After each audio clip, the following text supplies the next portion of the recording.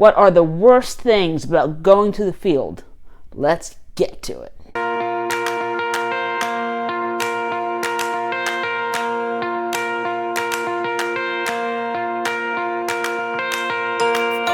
Hi, I'm Kylie, just another Army vet. I enlisted as a medic in the early 2000s, and I just recently medically retired.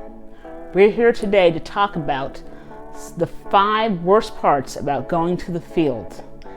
Now, there are more than 5 bad things about going to the field, and that will be a part 2 or part 3, part 4 video down the line. We only have so much time today.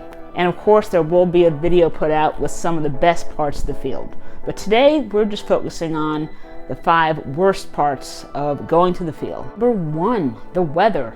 The weather can be one of the biggest factors in how much an FTX will suck or not. So, it doesn't really matter where you're stationed. Eventually, in your military career, you're going to end up facing some bad weather conditions while out in the field. Whether you are at MTC in the middle of August, you're dealing with 110 degree dry heat and flash floods, or if you're at Fort Stewart in July and you're dealing with the horrible heat and the humidity, and also more floods too. Or if you are in Germany or Alaska and you're out in the field in December or January and there's ice, mud, snow, and the temperatures are freezing. I've experienced it all, and it's not fun. It's just not fun at all. You know, I would rather take a day in the heat than a day in the cold. I was stationed in Germany for 6 years, and it was 6 of the best, but 6 of the coldest years of my life. I was in the field every other month, it seemed like. I was in the field so much.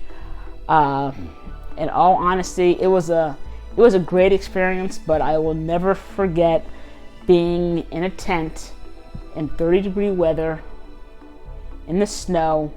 The heaters and generators are not working, and having to get up in the middle of the night for guard duty and having to get changed, and it was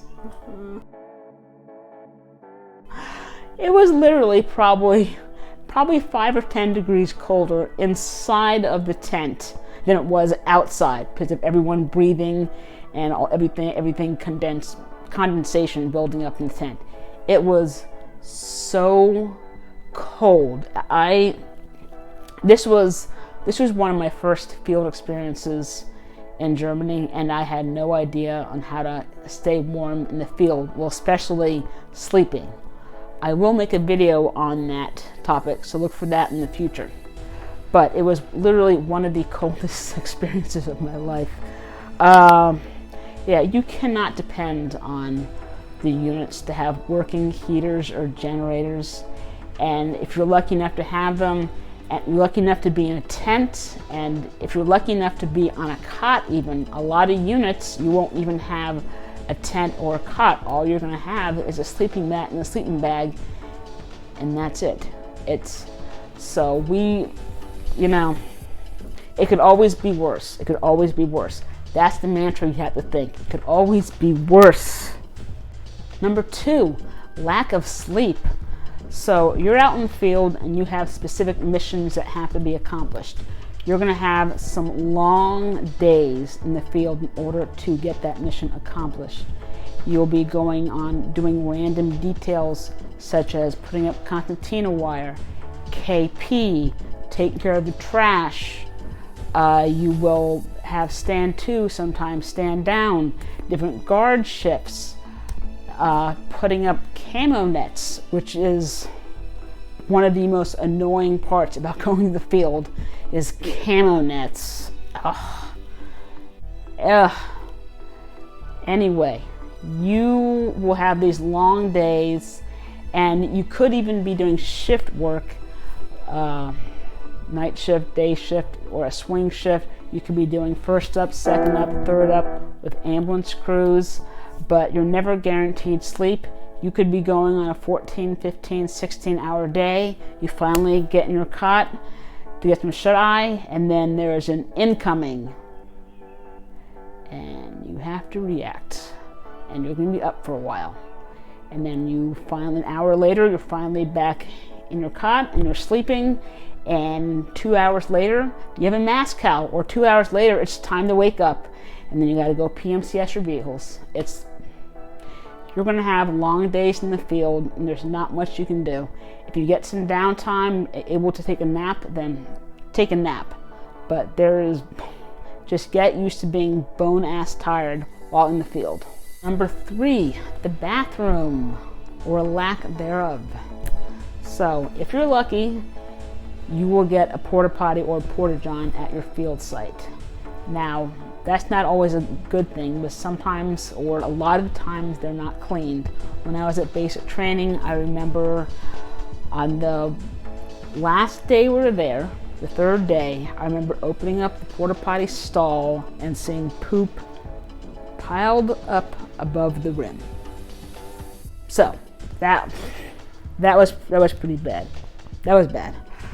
Now, most of the time they're cleaned every couple of days or every week or so. Yeah, and then also if you do get a porta potty, how close is it to your FTX site?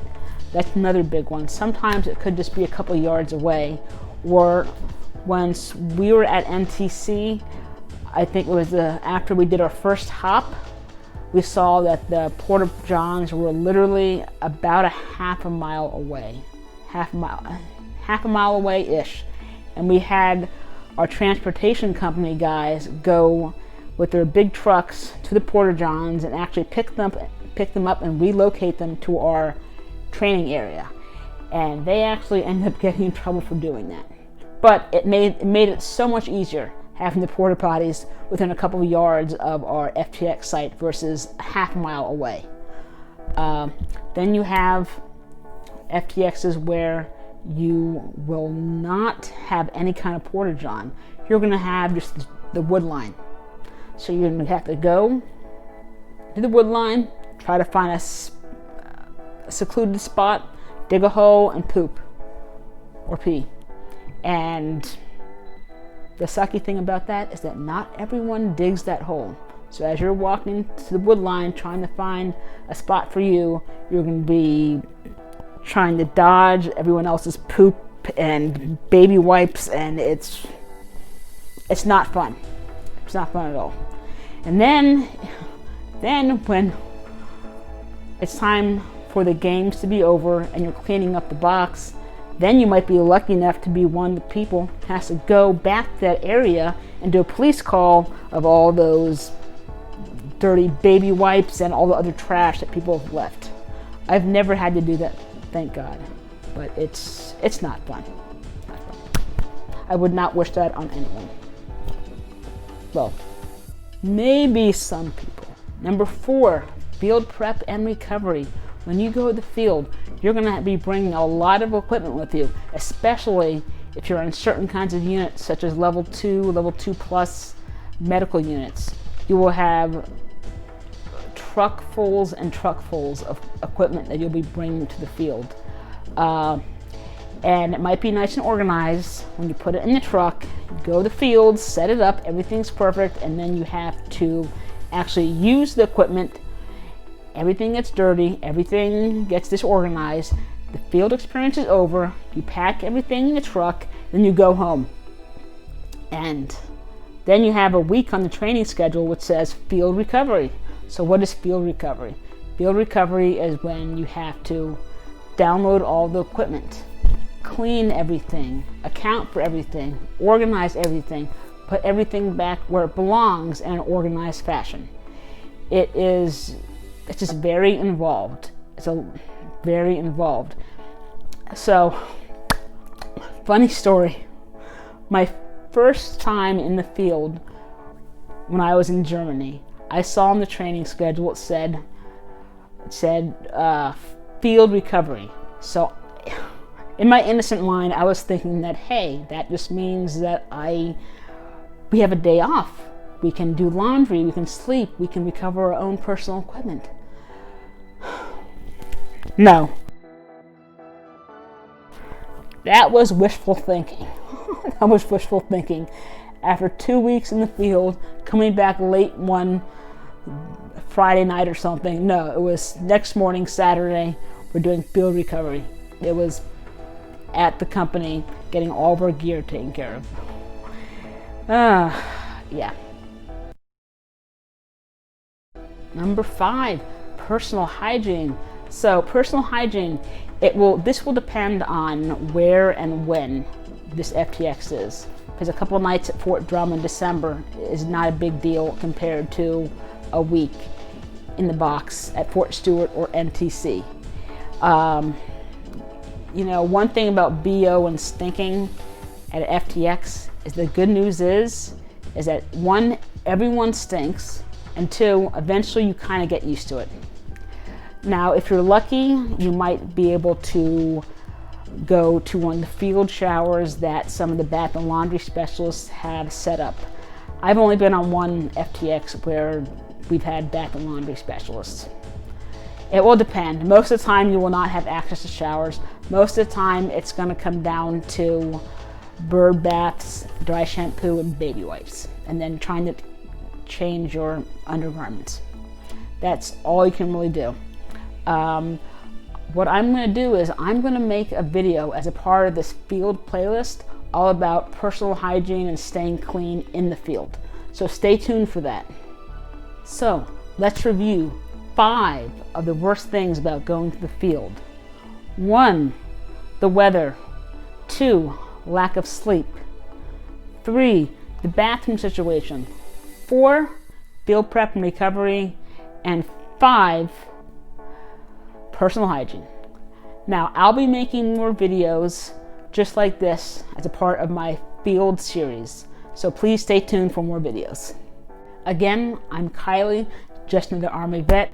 If you've made it this far into the video, then thank you for watching. I really appreciate it. All views expressed in these videos are based solely on my experiences. So everyone's experiences will be different. Please like, subscribe, and share this video. If you've learned something, please drop it in the comments. If you have any questions, please drop it in the comments. And thank you for watching. Stay tuned for more videos. Out.